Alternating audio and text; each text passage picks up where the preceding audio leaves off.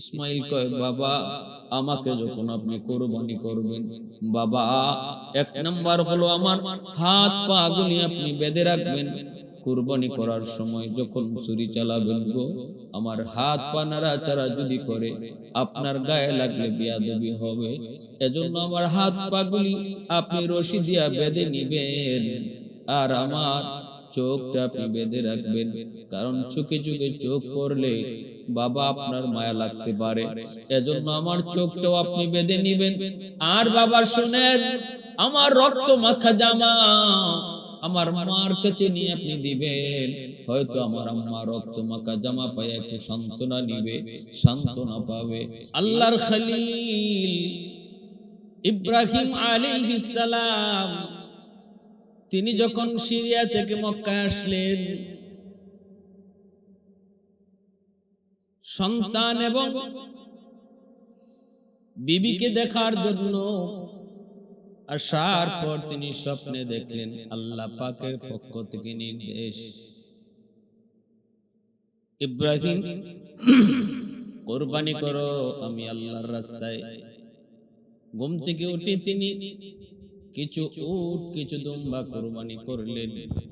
পরের দিন আবার স্বপ্নে দেখেন বলা হচ্ছে কোরবানি করো।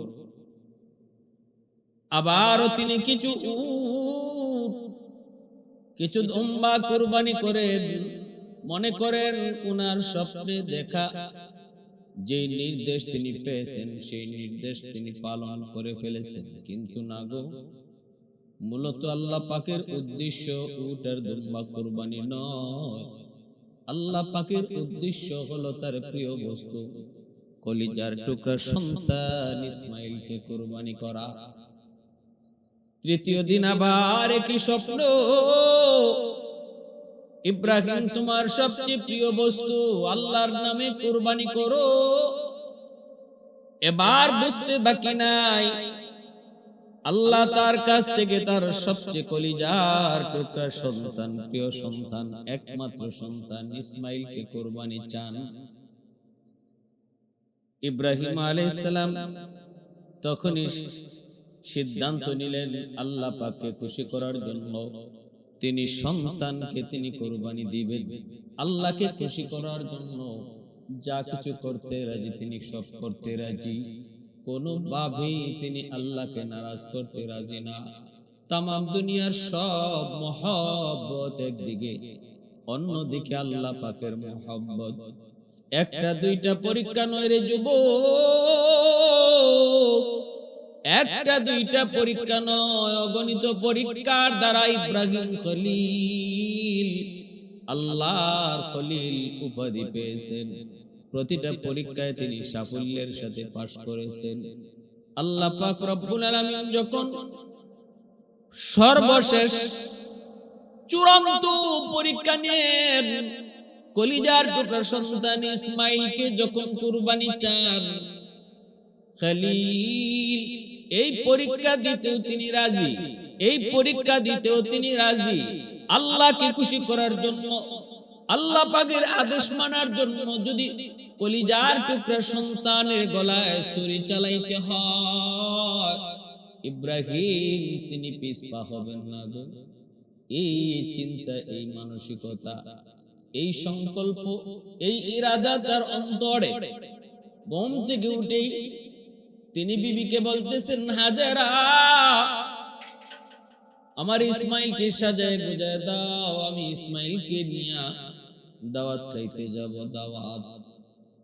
বিবি হাজেরা বাবা সন্তানকে নিয়ে দাওয়াত খাইতে যাবে এই কথাটা শুনে অত্যন্ত আনন্দিত হলেন, কারণ আমার ইসমাইল অনেক দিন, 1 বছর 2 বছর নয় গো, বছরের পর বছর, বছরের পর বছর, 9 বছর হয়ে গেল আমার ইসমাইল বাবার আদর থেকে বঞ্চিত, মাহরুম। আজ বাবা আমার সন্তানকে নিয়ে দাওয়াত খাইতে যাবে। মা আনন্দিত, শুধু তা না, যার পর নাই আনন্দিত হলেন। সাজায় গুজায়া আতর গোলাপ মাখায়া কলিজার টুকরা সন্তান ইসমাইলকে তিনি দিয়া দিলেন। এইবার আল্লাহর খলিল ইব্রাহিম জামার ভিতরে তিনি সুরিয়া রশি নিয়ে রওনা দিয়ে দিলেন। শয়তানের শরীরে তো আগুন লেগে গেল, লাগবেই তো। শয়তান তো কখনো সেটা মানতে পারে না, মানার তো কথাও না। শয়তান কখনো মানুষের সফলতা চায় না। সন্তান মানুষের মানুষ আল্লাহর কাছে প্রিয় হয়ে যায়, আল্লাহ পাকের পরীক্ষায় মানুষ পাশ করুক, এটা শয়তান মানতে পারে না। শয়তান তো চ্যালেঞ্জ করে এসেছে, মালিক যে মানুষের কারণে আজ আমি জাহান্নামী হয়েছি, যে মানুষের কারণে আজ আমি লানতের তখ্ত গলায় নিয়ে বঞ্চিত হয়েছি, আমি বের হয়ে এসেছি, বহিষ্কৃত হয়েছি, এই মানুষ কেমন করে জান্নাতে যায়, কেমন করে তোমাকে খুশি রাইখা চলে আমি দেখব। এই ওয়াদা তো শয়তান করে এসেছে। এজন্য আল্লাহ পাক জায়গায় জায়গায় শয়তান মানুষের প্রকাশ্য দুশমন তিনি ঘোষণা দিয়েছেন, সতর্ক করেছেন। শয়তান কয় আমি তার ডানে বামে সামনে পিছনে সর্বদিক দিয়ে ষড়যন্ত্রের জাল বিছায় রাখবো। কোন দিক দিয়া তোমার বান্দা তোমারে খুশি করে আমি দেখব। ডানে যাবে সেখানেও আমার ষড়যন্ত্রের জাল, বামে যাবে সেখানেও আমার ষড়যন্ত্রের জাল, পিছনে যাবে সামনে যাবে সর্ব লাইনে আমি ষড়যন্ত্রের জাল বিছায় রাখবো। কোন দিক দিয়ে মানুষ যায়, কোন দিক দিয়ে মানুষ তোমারে খুশি করে, কোন পথ দিয়ে জান্নাতে যায় আমি দেখব। কিন্তু আল্লাহ পাক রব্বুল আলামিন কয় ইল্লা ইবাদাকা মিনহুমুল মুখলাসিন। কিন্তু শয়তান মনে রাখ, আমি আল্লাহর যারা মুখলেস বান্দা তাদের কোনো তুই ক্ষতি করতে পারবি না, এদের কোনো ক্ষতি তোর দ্বারা করা সম্ভব হবে না। আমি আল্লাহ আমার মুখলেস বান্দাকে আমার কুদরতি জিম্মায় হেফাজত করব, তোর ষড়যন্ত্র থেকে আমি তারে বাঁচাবো। এজন্য আল্লাহ পাক কয় নিচের দিকে তাকায় তোমরা হাঁটো, ডাইনে তাকায়ও না, বামেও তাকায়ও না, না না না না, নিচের দিকে তাকায় হাঁটো, আমি আল্লাহ তোমাকে রহমতের কুলে টেনে নিব। কুল্লিল মুমিনিনা ইয়াগুদ্দু মিন আবসারিহিম। আবার মহিলাদের ব্যাপারে আল্লাহ কয় কুল্লিল মুমিনাতি ইয়াগুদ্দুনা মিন আবসারিহিন্না। শয়তান ডানে জাল বামে জাল সামনে পিছনে জাল বিছায় রাখছে, কিন্তু নিচের কথা বলে নাই, আমি আল্লাহই ভুলাই দিছি। আমার যে বান্দা নিচের দিকে তাকায় রাস্তা পার হবে, নিচের দিকে তাকায় আসে চলবে, আমি তারে রহমতের কোলে টানবো। শয়তানের সকল ষড়যন্ত্র থেকে বাঁচা আমি তারে কুদরতি ভাবে হেফাজত করব, কুদরতি ভাবে হেফাজত করব। এজন্য ভাইরা বন্ধুরা, আল্লাহর মুখলেস বান্দা যারা তাদের কোনো ক্ষতি শয়তান করতে পারে না। আল্লাহর খলিল ইব্রাহিম তিনি যখন মনস্থ করলেন সন্তানকে নিয়ে তিনি বের হয়েছেন, এই দিকে শয়তানের শরীরে আগুন আগুন। শয়তান কেমনে ইব্রাহিমকে এই পরীক্ষা থেকে বাঁচাবে, শয়তান কেমন করে ইব্রাহিম খলিলুল্লাহর এই সফলতা থেকে তার পিছনে সরাইবে, কেমন করে শয়তান ইব্রাহিমকে এই কাজ থেকে বিরত রাখবে, এই চিন্তায় শয়তান পাগল। প্রথমেই গেল মা হাজেরার কাছে, যা বলতেছে হাজেরা সন্তান রে কই দিছো? কই বাবার সাথে। কই যা? মেহমানদারিতে যায়। না গো হাজেরা, মেহমানদারি নয়, সন্তান নিতেছে ইব্রাহিমের জবাই করার জন্য। তুমি তো বুঝো না, বুঝার কথাও না। একটু যদি বুঝতে চাও তাহলে দেখো, একটু আটকায়া দেখো ইব্রাহিমের জামার নিচে ছুরি আর রশি। দাওয়াত খাইতে গেলে ছুরি নিতে হয় না, দাওয়াত খাইতে গেলে রশিও লাগে না। আসলেই তোমরা মহিলা জাতি বুকার জাতি, অল্পতেই তোমাদের কি বুঝ দেওয়া যায়, অল্পতেই তোমাদের কি বোঝানো যায়। না না, দাওয়াত খাওয়ানো নয়, জবাই করার জন্য নিয়ে যায়।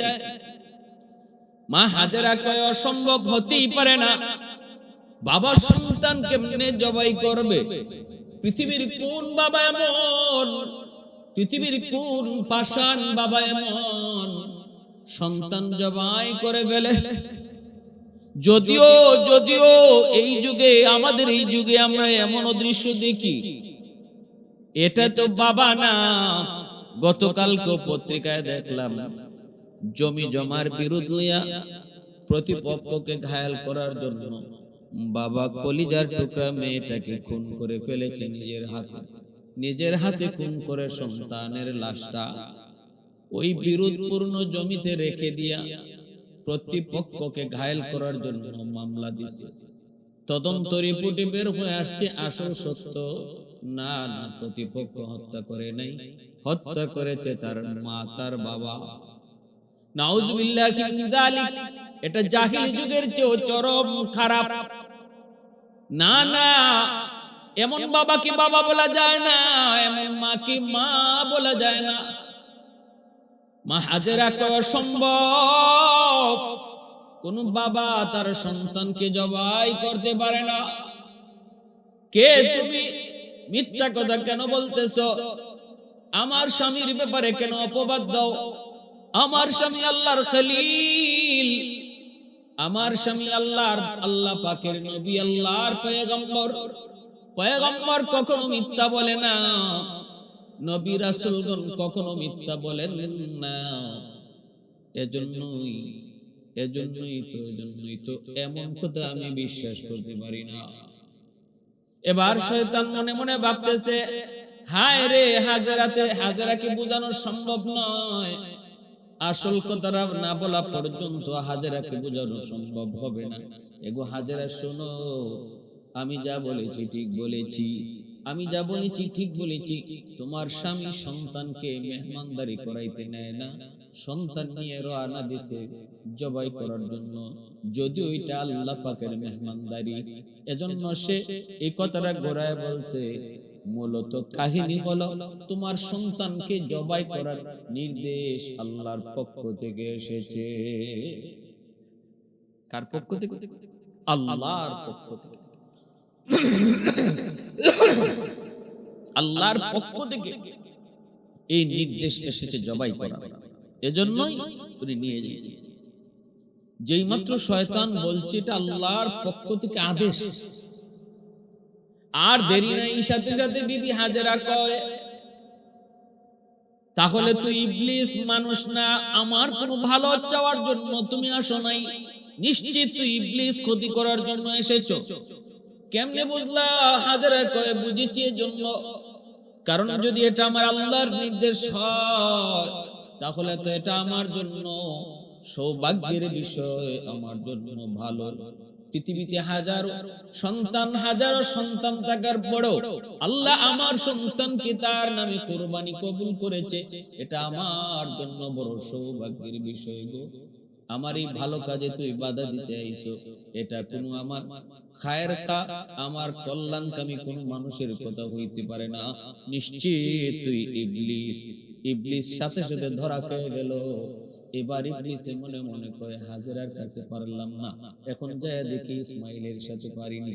ইসমাইলকে এই কাছ থেকে দূরে সরানো চায়নি। শয়তান তাড়াতাড়ি ছোট্ট বালক, 9 বছরের বালক ইসমাইলের কাছে যায়, কানে কানে ডাক দেয়, ইসমাইল কই যাও? কই আব্বার সাথে দাওয়াত খাইতে যাই। না রে ইসমাইল, দাওয়াত খাওয়া নয়, তোমার আব্বা তোমাকে নিয়ে রওনা দিয়েছে জবাই করার জন্য, কুরবানি করার জন্য। সাবধান, এখনো সময় আছে, তুই পিছন থেকে ভাগ। যদি বিশ্বাস না হয় তাহলে বাবার জামার নিচে যায় দেখো, ছুরিও পাইবা, রশিও পাইবা। মেহমানদারি করতে ছুরি নেওয়া লাগে না, মেহমানদারি করতে রশিও নেওয়া লাগে না। অতএব এখনো সময় আছে, তাড়াতাড়ি দৌড় দে। ইসমাইলকে অসম্ভব হইতেই পারে না, আমার আব্বা কেন আমাকে হত্যা করবে, কেন আমাকে তিনি জবাই করবে, কেন আব্বা আমারে কুরবানি করবে? না না, আমি বিশ্বাস করি না, হতেই পারে না, হতেই পারে না। ইবলিসে কয়, না, আমি যা কইতেছি এটাই ঠিক, আমি যা কইতেছি এটাই ঠিক। ইসমাইল ডাক দেয়া কয়, আব্বু কি আমারে কানে কানে কয় তুমি আমাকে কুরবানি করার জন্য নিয়ে যাচ্ছ? সাথে সাথে ইব্রাহিম আলাইহিস সালাম কয়, ইসমাইল এটা ইবলিস, 7টা পাথরের টুকরা হাতে নাও, ইবলিস রে তুমি ঢিল মারো। ইসমাইল আলাইহিস সালাম ছোট ছোট 7টা পাথরের কঙ্কর নিয়ে ইবলিস কি তিনি পাথর মারলেন। মিনায় ওই যে পাথর মারলেন, ওই যে পাথর মারলেন, ইবলিসকে পাথর মারলেন, আল্লাহর কাছে বড় প্রিয় হয়ে গেল, আল্লাহর কাছে বড় মায়ার হয়ে গেল, আল্লাহর কাছে দৃশ্যটা বড় পছন্দের হয়ে গেল। ইসমাইল আর একটু দূরে আগান, আবার ইবলিস যায় তো ইসমাইল যতই পাথর মারো এখনো সময় আছে, নিজে বাস, এ ইসমাইল জবাই হয়ে যাবে, কুরবানি হয়ে যাবে, এখনো সময় আছে। ইসমাইল কা আব্বু লোকটা আবারও আমার ধোঁকা দেয়। ইব্রাহিম খলিলকে আবার পাথর মারো, আবার তিনি পাথর মারলেন। এইভাবে 3 জায়গায় সন্তানকে ইবলিস আটকাইতে চাইলো, 3 জায়গায় ইসমাইলকে ইবলিস আটকাইতে চাইলো। আর ইব্রাহিম খলিল কয় 3 জায়গায় পাথর মারো, 3 জায়গায় 7টা করে পাথর মারলেন।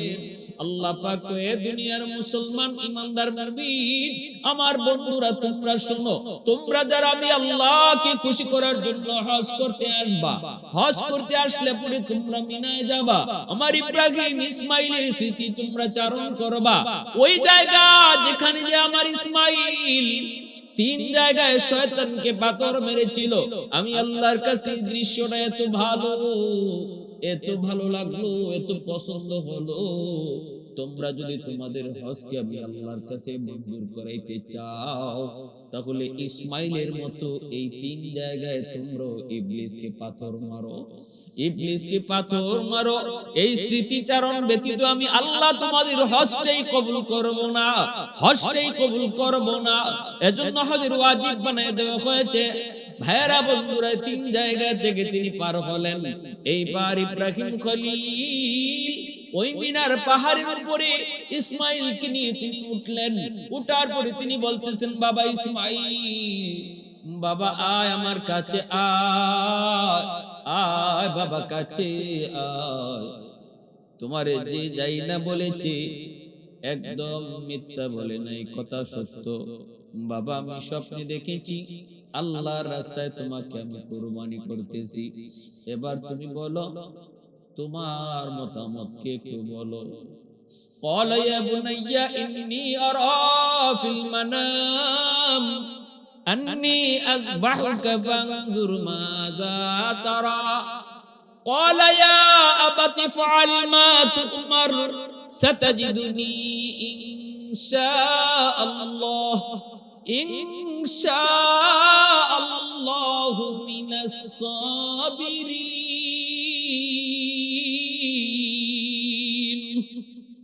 ইব্রাহিম খলিল যখন পরামর্শ চান, মতামত চান, তখন ইসমাইল ছোট্ট বালক, যেমন বাবা তেমন ছেলে, আওয়াজ দিয়ে কয়, বাবা আমাকে আপনি ধৈর্যশীলদের অন্তর্ভুক্ত পাইবেন, আমি অধৈর্য হব না গো বাবা। আল্লাহ আপনার স্বপ্নে যা দেখাইছে এটা আল্লাহ পাকের অবশ্যই নির্দেশ, কারণ আপনি আল্লাহর বন্ধু, কারণ আপনি হলেন আল্লাহ পাকের পয়গম্বর। নবীদেরকে আল্লাহর স্বপ্নে যা দেখায় এটা ওহীর অন্তর্ভুক্ত হয়। বাবা আপনি আদিষ্ট যা হয়েছেন সে অনুযায়ী আপনি আমাকে কুরবানি করেন, বিন্দু পরিমাণও আমাকে না শুকুর আপনি পাইবেন না, ধৈর্যশীলদের অন্তর্ভুক্ত আপনি আমারে পাইবেন। এই কথা বইলে ইব্রাহিম ইসমাইল বাপ বেটা দুজন রাজি হয়ে গেল। বাবাও রাজি আল্লাহকে খুশি করতে সন্তান জবাই করবে, আর ছেলেও রাজি আল্লাহকে খুশি করার জন্য নিজে জবাই হবে। পৃথিবীতে এমন কোন বাবা আছে যুবক, কলিজার টুকরা মায়ার সন্তান, একমাত্র সন্তানকে আল্লাহর সামনে কুরবানি দেয়? কেমন কুরবানি, কেমন কুরবানি! কারণ ইব্রাহিম ইসমাইলের বয়স 9 বছর, অতি মায়াত মহব্বত। ইব্রাহিম খলিল যদিও তিনি ফিলিস্তিন, কিন্তু ইসমাইলের প্রতি মন মক্কা, ইব্রাহিমের মন পড়ে আছে। এই মরু প্রান্তরে রেখে আসলাম আমার সন্তান ইসমাইল এবং তার মা হাজেরা। হ্যাঁ আমি ওখানে রেখে আসলাম, বনবাস দিয়ে আসলাম মরু প্রান্তরে। কেমনে দিনাতিপাত করে, কেমনে দিন কাটায়, রাত কাটায়, এই চিন্তায় সর্বদা ইব্রাহিম খলিল সর্বদা তিনি পেরেশান থাকতেন। দিলের ভিতরে ইব্রাহিম ইসমাইলের মহব্বত অন্তর জুড়ে 9 বছর বয়স বাচ্চাদের যেই বয়সটাতে বাবার আঙ্গুলে ধরে হাঁটা শিখে গো, আব্বাকে আব্বা কয়ে আম্মুরে ডাকে, মাকে মা কয়ে ডাকে, ওই বয়সটাতে সন্তানের প্রতি বাপ মার দরদ বেড়ে যায়, বাপ মার ভালোবাসাও দ্বিগুণের দ্বিগুণ বেড়ে যায়। শয়তান কয় ইব্রাহিম যেভাবে ইসমাইলের প্রতি দুর্বল হয়েছে গো আল্লাহ, মনে হয় অবস্থা দেখে মনে হইতেছে ইব্রাহিম তুমি আল্লাহর চেয়ে ইসমাইলকে বেশি ভালোবাসে। আল্লাহ কয় অসম্ভব, আমার খলিলকে আমি আল্লাহ একটা দুইটা নয় একাধিক পরীক্ষার দ্বারা আমি বন্ধু উপাধি দিয়েছি, খলিল উপাধি দিয়েছি। যতগুলি পরীক্ষা নিয়েছি সবগুলি পরীক্ষায় সাফল্যের সাথে পাশ করেছে। অসম্ভব না, এখনো আমার বন্ধুর কলিজায় আমার মহব্বত বেশি।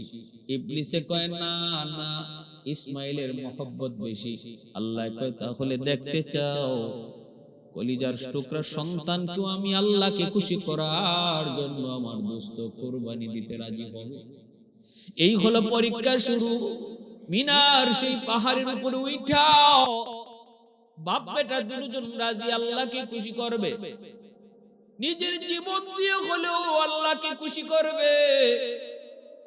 আবার বাবার মনে হলো কলিজার টুকরা সন্তানকেও চিরদিনের জন্য বিদায় দিয়া আল্লাহকে খুশি করবে, তবু আল্লাহকে নারাজ করবে না। ইসমাইল কয় বাবা আমাকে যখন আপনি কুরবানি করবেন, বাবা 1 নাম্বার হলো আমার হাত পা গুলি আপনি বেঁধে রাখবেন। কুরবানি করার সময় যখন ছুরি চালাবেন গো, আমার হাত পা নাড়াচাড়া যদি করে আপনার গায়ে লাগলে বেয়াদবি হবে। এজন্য আমার হাত পা গুলি আপনি রশি দিয়া বেঁধে নিবেন, আর আমার চোখটা আপনি বেঁধে রাখবেন, কারণ চোখে চোখে চোখ পড়লে বাবা আপনার মায়া লাগতে পারে। এজন্য আমার চোখটাও আপনি বেঁধে নিবেন। আর বাবা শুনেন, আমার রক্ত মাখা জামা আমার মার কাছে নিয়ে আপনি দিবেন। হয়তো আমার আম্মা রক্ত মাখা জামা পায় একটু সান্ত্বনা নিবে, সান্ত্বনা পাবে। এই 3টা কথা বইলা ইসমাইল যখন এই মিনার পাহাড়ের উপরে বসে শুয়ে পড়লেন, ইব্রাহিম খলিল ছুরি চালায় দিবেন আল্লাহর নামে, আল্লাহর নামে ছুরি চালাইলেন। ওই অবস্থায় মালিক ডাক দেয়া করে ছুরি বল তোর মালিককে, ছুরি আল্লাহ তুমি। আল্লাহ পাক কয় বল তুই কার হুকুমে কাটো? কয় মালিক তোমার হুকুমে কাটি। আল্লাহ পাক কয় ইব্রাহিম চা ইসমাইলকে কাটতো, কিন্তু আমি আল্লাহ বলতেছি তুই কাটবি না। আমি আল্লাহ নির্দেশ, তুই ইসমাইলকে কাটবি না। শুধু কাটবি না তা না, আমার ইসমাইলের একটা পশম পর্যন্ত কাটবি না, একটা পশম পর্যন্ত কাটবি না। একবার দুইবার নয়, একাধিকবার আল্লাহর নির্দেশ, সাবধান আমার ইসমাইলের ছুরি একটা পশম পর্যন্ত কাটবি না। ইব্রাহিম খলিল তিনি সন্তানকে শোয়া যখন ছুরি চালিয়ে দিলেন, ছুরি তো ইসমাইলকে কাটে না, যতই ঘষাঘষি করেন ছুরি কাটে না। নিচ থেকে ইসমাইল ডাক দেখো বাবা, হয়তো আমার চেহারা দেখে আপনার মায়া লাগতেছে গো আব্বা, আপনি জোরে চাপ দেন, জোরে চাপ দেন। ইব্রাহিম ছুরি জোরে চাপ দেয়, কিন্তু ছুরি কাটে না, কাটে না, কাটে না। ইব্রাহিম খলিল গুসার চোটে ছুরিটারে উড়ায় ফেলায় দিলেন। এত ধারালো ছুরি পাথর দ্বিখণ্ডিত হয়ে গেছে। এবার ইব্রাহিম খলিল তো অবাক, ছুরিকে জিজ্ঞেস করে কিরে কি ব্যাপার, এত ধার তো, পাথর কেটে দিলি কিন্তু আমার ইসমাইলকে কাটো না কেন? সাথে সাথে ছুরি আল্লাহর কাছে জবান চায়, জবান, ও মালিক একটু জবান দিবানি, তোমার খলিলের সাথে একটু কথা বলবো। আল্লাহ পাক চাইলে জড় পদার্থের জবান আল্লাহ খুলে দিতে পারে, আল্লাহ চাইলে পাথরের জবান আল্লাহ খুলে দিতে পারে, আল্লাহ চাইলে লোহার জবান আল্লাহ খুলে দিতে পারে, আল্লাহ চাইলে গাছের জবান আল্লাহ খুলে দিতে পারে, আল্লাহ চাইলে মানুষের জবান আল্লাহ কেড়ে নিতে পারে। সাথে সাথে আল্লাহ পাক ছুরির জবান খুলে দিয়েছেন। জবান দেওয়ার মালিক হলেন আল্লাহ। পবিত্র কোরআনুল কারীমের সূরাতুর রহমানের মধ্যে আল্লাহ বলে, আর রহমান আল্লামাল কুরআন খালাকাল ইনসান আল্লাহ পাক কথা বলার শক্তি দিয়েছেন মানুষকে। আল্লাহ চাইলে সেই মানুষের জবান আল্লাহ কেড়ে নিতে পারে, আল্লাহ চাইলে সেই জবান ছুরিকে দিতে পারে। মুহূর্তের ভিতরে আল্লাহ ছুরির জবান খুলে দিলেন। ছুরি আওয়াজ দেয়া বলতেছে, ওগো আল্লাহর খলিল, আপনি বলতেছেন একবার কাটার জন্য, আর আমার মালিক আল্লাহ 10 বার 70 বার নিষেধ করেন না কাটার জন্য। আপনি বলেন কাটো, আল্লাহ কয় কাইটো না। আপনি বলেন একবার, আল্লাহ বলেন 70 বার। আহাদুল লাইসা কামিসলিক সামাদুল লাইসা কাফাদুলিক লিমানিল মুলকু তুইতু সাজাওয়ার খুদাই, তু খুদা বন্দে ইয়ামিনি, তু খুদা বন্দে ইয়াসারি, তু খুদা বন্দে জামিনি, তু খুদা বন্দে সামাই, তু রহিমি, তু করিমি, তু সামিঈ, তু বসিরি, তু মুইদ্দি, তু মুদিল্লি, তু মালিকিল আরশি বজাই। বরি আজ চৌচিরাই, বরি আজ সুরতে রঙ্গি, বরি আজ ইজ্জু নিয়াজি, বরি আজ বিমু উমিদি, বরি আজ কুরদন ও খুফতন, বরি আজ তুহমতে মরদন, বরি আজ বিমু উমিদি, বরি আজ রঞ্জ বালাই। সুবহানাল্লাহ, আল্লাহু আকবার, সুবহানাল্লাহি ওয়া বিহামদিহি, সুবহানাল্লাহিল আযীম। ছুরির জবান আল্লাহ খুলে দিয়েছেন। ছুরি কয়, নবী গো, আপনি কইতেছেন একবার কাটার জন্য, আর আল্লাহ কইতেছে 70 বার না কাটার জন্য। আমি কার কথা মানবো? সাথে সাথে ইব্রাহিম খলিল অবাক হয়ে গেলেন। আমার আল্লাহই তো আমাকে নির্দেশ দিয়েছে কাটার জন্য, তুই কোস কি? আবার ছুরি চালাইলেন। ইসমাঈল আলাইহিস সালাম নিজ থেকে আওয়াজ দিয়ে বলতেছে, বাবা, মনে হয় আমার চেহারা দেখে আপনার মায়া লাগছে, এজন্য ছুরি চালাইতে পারেন না, চাপ দিতে পারেন না। বাবা, আমাকে আপনি উপর করে শোয়া দেন, যেন আমার মায়াবী চেহারাটা আপনার নজরে না পড়ে গো, আমার মায়াবী চেহারাটা যেন আপনার নজরে না পড়ে। ইব্রাহিম আলাইহিস সালাম ইসমাঈল আলাইহিস সালামকে উপর করে শোয়া দিলেন, চেহারাটা যেন তার নজরে না পড়ে। বাবা এইবার ছুরি চালাইলেন। বাবার চোখটাও বন্ধ। ইসমাঈল কে, আব্বা, আপনার চোখটা আপনি বন্ধ করে নেন, যেন বিন্দু পরিমাণ আমার চেহারা আপনার নজরে না পড়ে, আমার চেহারাও যেন আপনার নজরে না পড়ে গো আব্বা।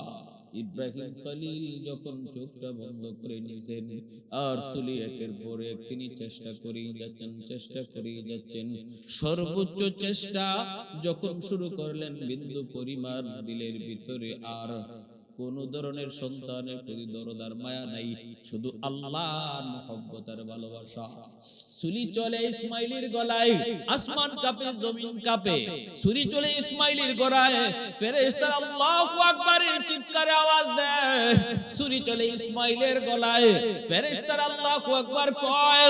ছুরি চলে ইসমাঈলের গলায়, জিবরাইল আল্লাহু আকবার কয়, মালিক আর পরীক্ষা করা লাগবে না, আল্লাহ তোমার বন্ধু, তোমার কেমনে খলিল হয়েছে আমাদের বুঝ হয়ে গেছে মালিক, আল্লাহ আর পরীক্ষা লাগবে না গো আল্লাহ।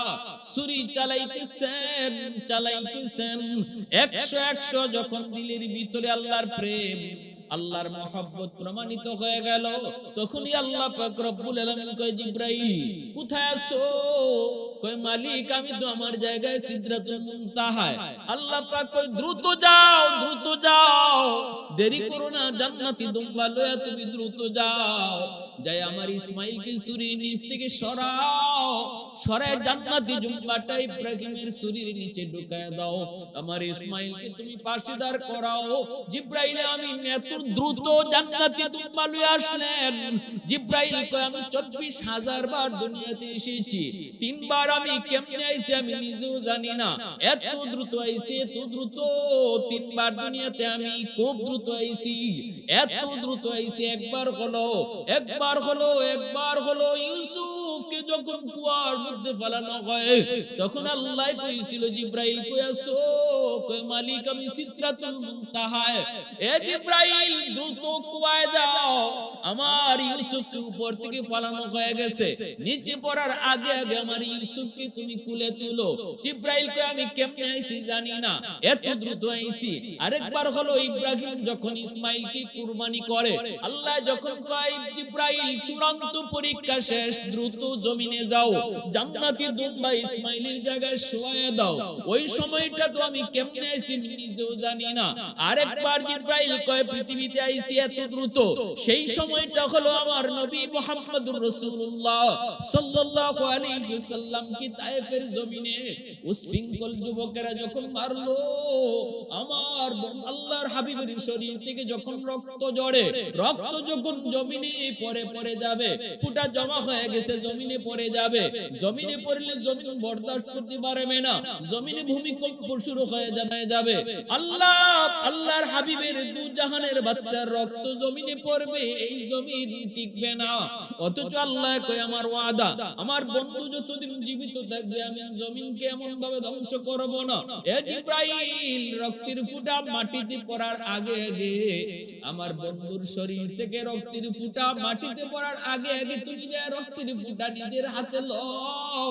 জিবরাইল কয় আমি ওই সময়টা তো কেমনে আইছি জানি না।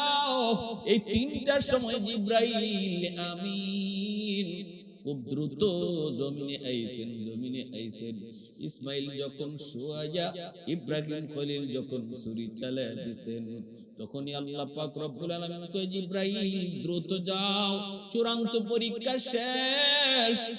জিবরাইল আমিন এসে ইসমাইলকে নিচ থেকে সরায়া জান্নাতি দুম্বা নিচে শোয়া দিলেন। ইব্রাহিম খলিলের চোখ তো বাঁধা, তিনি তো কিছুই দেখলেন না। জান্নাতি দুম্বা যখন নিচে শোয়া দিয়েছেন, ইসমাইল ইব্রাহিম আলাইহিস সালাম তিনি তো ছুরি চালাইতেছেন, ছুরি কষাইতেছেন, কিন্তু কাটে না। হঠাৎ করে ইব্রাহিম খলিল টের পেলেন কেটে গেছে। হায় হায় আল্লাহু আকবার, কেটে গেছে। খসখস করে আওয়াজ বের হয়েছে, রক্ত পড়ার আওয়াজও তিনি শুনতেছেন। চোখ তো কাপড় দিয়ে বাঁধা, যেন মায়া না লাগে। যেই মাত্র তিনি টের পেলেন ছুরি চলতেছে, রক্ত পড়ার আওয়াজ পেয়েছেন, গড়গড় শব্দ হচ্ছে, ইব্রাহিম খলিল আল্লাহু আকবার কইয়া খুশিতে তিনি চোখটা খুললেন। দেখবেন কলিজার টুকরা সন্তান, একমাত্র সন্তান ইসমাইলের কল্লাটা একদিকে, দেহটা আরেকদিকে। হয়তো এই দৃশ্যটা দেখবেন, চোখটা খুলছেন, কিন্তু না গো, চোখ খুইলা দেখেন জবাই হয়েছে তুম্বা, আর পাশে দাঁড়ায় আছে ইসমাইল হাসতেছে, ইসমাইলের পাশে জিবরাইল দাঁড়ায় আছে।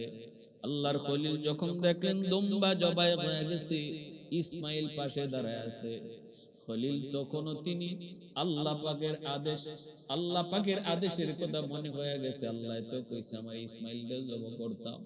টান দিয়ে ইসমাইলকে টান দিয়ে আবার টানাটানি শুরু করছে। আয় বাবা আয়, কে থেকে কি হয়ে গেল, দুম্বা কোত্থেকে আসলো, আয় বাবা আয়, এখন করে কাটা যাবে, আয়। আবার যখন ইসমাইলকে টানা শুরু করলেন, তখনই আল্লাহ পাক ডাক দেয়া কয় বন্ধু খলিল আমার, আর ইসমাইল টাইনো না, আর ইসমাইলকে টানা লাগবে না, তোমার কুরবানি আমি আল্লাহ কবুল করে নিয়েছি। কাদ সাদ্দাকতার রুইয়া, তুমি তোমার স্বপ্নকে সত্যায়িত করেছো। আমি আল্লাহ যা চেয়েছিলাম তুমি তা 100 আমারে দিয়েছো বন্ধু। আমার ফয়সালা ইসমাইলের জায়গায় জান্নাতি দুম্বা জবাই হবে, কুরবানি হবে। মূলত তোমার ইসমাইলে কুরবানি হয়েছে, ইসমাইলকে তুমি কুরবানি দিছো, এটা 100 সেটা পরীক্ষিত হয়ে গেছে। এই পরীক্ষায় তুমি পাস করেছো, ইসমাইলকে আর কুরবানি করা লাগবে না, তার জায়গায় জান্নাতি দুম্বা কুরবানি হয়ে গেছে। ও বন্ধু, তুমি তো কুরবানি ইসমাইলেরই করছো,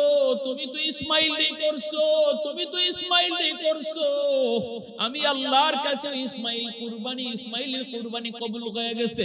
আমি আল্লাহর কাছে ইসমাইল কুরবানি হয়েছে, তোমার কাছে ইসমাইলি কুরবানি হয়েছে। পরীক্ষায় তুমি 100 সফল। 100 সফল, 100 সফল। এ দুনিয়ার মানুষ ওই সময় যদি আল্লাহ পাক ইসমাইলকে না সরায় জান্নাতি দুম্বা না দিতেন, আজ দুনিয়ার মানুষ কোরবানি করার সময় সন্তানকেও জবাই করা লাগতো, সন্তানকেই বাবা জবাই করা লাগতো। আল্লাহ পাক রব্বুল আলামিন গোটা উম্মার জন্য আল্লাহ পাক বিধানটারে আসান করে দিয়েছেন, সহজ করে দিয়েছেন। কিন্তু আল্লাহ পাক পরীক্ষা নেয়, এটা শুধু দুম্বা জবাই নয়, আমার ইব্রাহিম যেভাবে সবচেয়ে প্রিয় বস্তু আমার রাস্তায় কোরবানি দিলাইছে আমাকে খুশি করার জন্য। দুনিয়ার মুসলমান ইমানদারের দল, তোমরাও যারা আমার ইব্রাহিমের স্মৃতিচারণ করে কোরবানি করবা, মনে রাখবা এটা জন্তু কোরবানি না। এই জন্তু আমি আল্লাহর কাছে আয়না, জন্তু রক্ত আয়না, জন্তুর মাংস আয়না। লান ইয়ানালাল্লাহা লুহুমুহা ওয়ালা দিমাউহা ওয়ালাকিন ইয়ানালুহুত তাকওয়া মিনকুম। তোমাদের তাকওয়া আমি আল্লাহর কাছে পৌঁছে, ইব্রাহিমের তাকওয়া আমার কাছে যেভাবে কবুল হয়েছে, তোমার তাকওয়াটাও এইভাবে আমার কাছে কবুল হবে।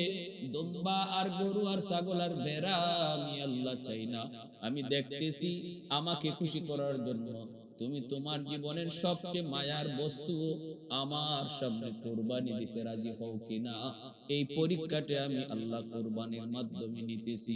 এজন্য ভাইরা বন্ধুরা সাবধান, কোরবানি করব, কোরবানি মানুষকে দেখার নিয়তে না। গরু কোরবানি করব এটাও মানুষকে দেখানোর জন্য না, গোশত খাওয়াও উদ্দেশ্য না। কোরবানির উদ্দেশ্য হবে আল্লাহ পাকের রাজামন্দি, আল্লাহর খুশি।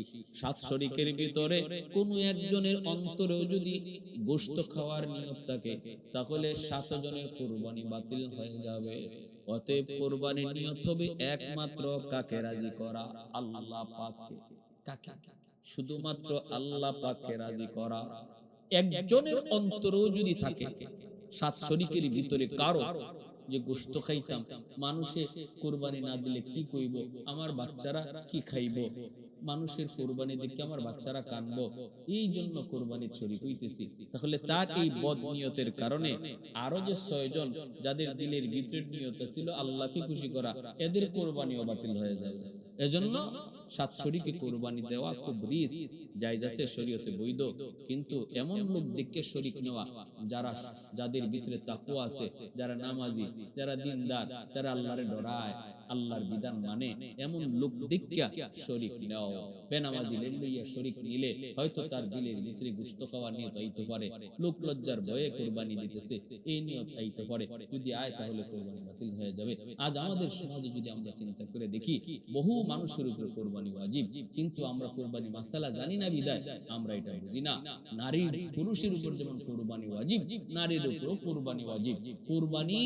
কোরবানি এটা মুস্তাহাব কোন আমল নয়, কোরবানিটা হলো একটা ওয়াজিব আমল। কেউ যদি কোরবানি সামর্থ্যবান হওয়ার পরেও কোরবানি না করে, তাহলে ওয়াজিব তরকের কবিরা গুনাহ হবে। এটা এমন কোন আমল না যে দিলে সওয়াব, না দিলে কোনো গুনাহ নাই। না, কোরবানি যার উপরে ওয়াজিব তার অবশ্যই কোরবানি দিতে হবে। কার উপরে ওয়াজিব? স্বর্ণের ক্ষেত্রে 7.5 ভরি সোনা, আর রূপার ক্ষেত্রে 52.5 ভরি রূপা যার আছে তার উপরে কোরবানি ওয়াজিব। এখন যদি কেউ কয় হুজুর আমার 7.5 ভরি সোনা নাই, 52.5 ভরি রূপাও নাই, তবে কিছু টাকা আছে, তাহলে তোমার টাকা আর এই যেটুকু সোনাই আছে, যেটুকু রূপাই আছে, আর টাকা যেটা আছে ব্যাংকে রাখছো বা কারো হাতের জমা রাখছো, এমন কিছু টাকা পয়সা, এমন কিছু সম্পদ, এমন কিছু জমি জমা যা তোমার প্রয়োজনের অতিরিক্ত, যা তোমার প্রয়োজনে লাগে না, যেটা ফইরা রইছে, যেটা ছাড়াও আমার সংসার চলতেছে, এমন টাকা যদি তোমার হাতে থাকে, এমন সম্পদ যদি তোমার হাতে থাকে, এমন কোন আসবাব যদি দামি আসবাব তোমার ঘরে পড়ে থাকে, যেটা না হইলে তোমার সংসার চলে, এগুলার দাম তোমার ধরা হবে। দাম দইরা আর স্বর্ণ রূপা এগুলাও যদি থাকে অথবা না থাকুক, সব মিলায়ে যদি 52.5 ভরি রূপার সমান ওই জায়গা, তাহলে তার উপরে কোরবানি ওয়াজিব হয়ে যায়। কোরবানি ওয়াজিব হয়ে যায়। 52.5 ভরি রূপার দাম বর্তমানে 50,000 টাকা। তাহলে 50,000 টাকা যদি আমরা হিসাব করি, দেখা যাইব এমন খালি পুরুষ না, বহু মহিলারও এমন টাকা 50,000 টাকার মতো বিভিন্ন মানুষের কাছে, বিভিন্ন সমিতিতে, বিভিন্ন ব্যাংকে, বিভিন্ন জায়গায় লাগায় রাখছে, যেটা ছাড়াও তার সংসার চলতেছে। তাহলে ওই নারীর উপরেও তখন কোরবানি দেওয়া ওয়াজিব হয়ে যাবে। বা স্বামী যেমন কোরবানি দিবে, স্ত্রীর নামেও কোরবানি দিতে হবে। এবং কেউ যদি কারো নামে কুরবানি দেয়, কারো নাম শরীক করে, তাহলে মাসালা হলো তারে অবগতি করা, তারে জানানো। স্বামী যদি স্ত্রীর নামে স্ত্রীর একটা নাম দেয়, তাহলে স্ত্রীর অনুমতি নিতে হবে। ভাই যদি বিদেশে ভাই থাকে, ওই ভাইয়ের একটা নাম দেয়, সাত নামের এক নাম, তাহলে ওই ভাইয়েরও অনুমতি নিতে হবে, তার নলেজে থাকতে হবে, নাইলে কিন্তু কুরবানি হয় না। নফল কুরবানি কাউরে জানাইতে হয় না, যে যে কোন নামে দিতে পারে, কিন্তু ওয়াজিব কুরবানি যদি কেউ কারো নামে দিতে হয়, তার নলেজে দিতে হয়। আরেকটা মাসালা হলো, আজকে আমাদের সমাজে কিছু মানুষ এমন কথা কয়, কয় না প্রতি বছর কুরবানি দেওয়া লাগবে কেন, কুরবানির টাকাটা একজন গরিব মিসকিনকে দান করে দিলেও তো তার বেশ উপকার হয়। এক জায়গায় বন্যা হইতেছে, কিছু মানুষ মনে করছে যে না এই বছর কুরবানি দিব না, কুরবানির টাকাটা আমি বন্যা কবলিত দুর্গম যে সমস্ত মানুষ বিপদে পড়ছে তাদেরকে দান করে দিব। আপনি দান করতে পারেন, কুরবানি আদায় হবে না, সৎকার সওয়াব পেয়ে যাবেন। কুরবানি যার উপরে ওয়াজিব হইছে তার অবশ্যই কুরবানি করতে হবে, তার পক্ষ থেকে কুরবানি দিতে হবে, আর নতুবা কুরবানি আদায় হবে না। আল্লাহ আমাদের সবাইকে বুঝার এবং মানার, আল্লাহকে রাজি করে চলার, নিজের জীবনের সবচেয়ে প্রিয় শুধুমাত্র আল্লাহকেই গ্রহণ করার এবং আল্লাহ তার রাসূলকে নিজের জীবনের সবচেয়ে প্রিয় বানাইবার তৌফিক আল্লাহ দান করুন।